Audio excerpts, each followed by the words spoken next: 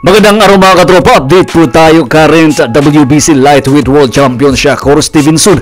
Matagumpay na naidepensa ang kanyang titulo at iba pang mga magagandang bakbakan pag-usapan natin.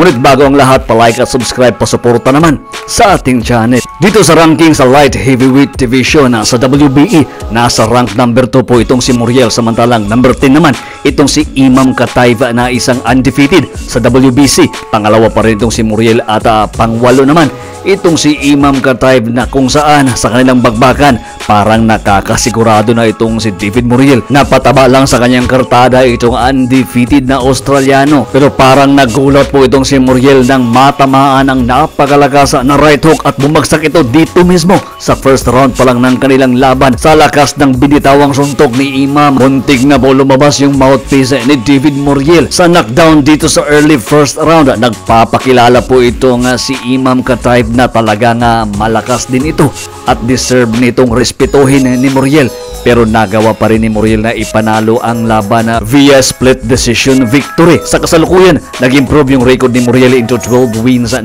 KOs, isa lang yung talo, tanging si Benavides lang. Samantalang si Imam naman ay bumagsak sa 10 wins, 9 KOs, isa na ang talo. At sa isa pang banda, laban ni top contender Edgar Berlanga kontra dito kay Hamza Sheeraz dito sa super middleweight division sa WBC. Pang-5 itong si Berlanga at pang-6 itong si Sheeraz. Samantalang sa WBO, pangalawa si Berlanga, pang-5 naman itong si Sheeraz sa nasabing ranking. Talagang malakas yung loob ni Berlanga na kayang-kaya niya at madali lang niyang tapusin itong si Sheeraz. Pero pagdating ng round 4, nagpakawala po ng magandang kombinasyon itong si Sheeraz at bumagsak po itong si Edgar Berlanga sa unang pagkakataon.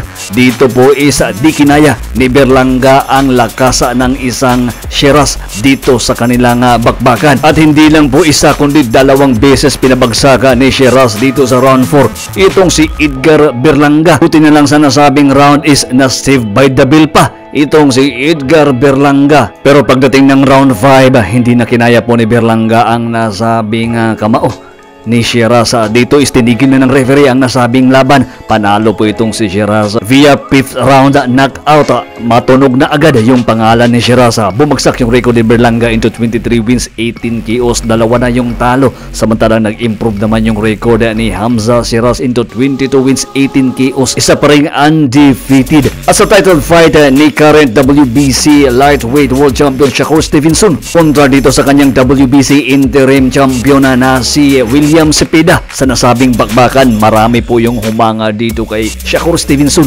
na kung saan natanggap na po ni Stevenson ang mga malalakas na suntok na pinakawalan nitong si Cepeda, pero talagang kinaya ni Stevenson at saka kayang-kayang makipagsabayan ni Stevenson. Makikita sa nasabing laban na hindi takot itong si Stevenson at hindi tumatakbo. Nakuha po ni Stevenson ang panalo via unanimous decision victory. Nag-improve yung record ni Stevenson into 24 wins, 11 KOs, isang undefeated pa rin. Samantalang bumagsak naman yung record ni Cepeda into 33 wins, 27 KOs, isa na ang talo. Hanggang dito lang muna tayo sa ating update. Sa di pa nakapag-like at subscribe sa ating channel, please pasuporta naman.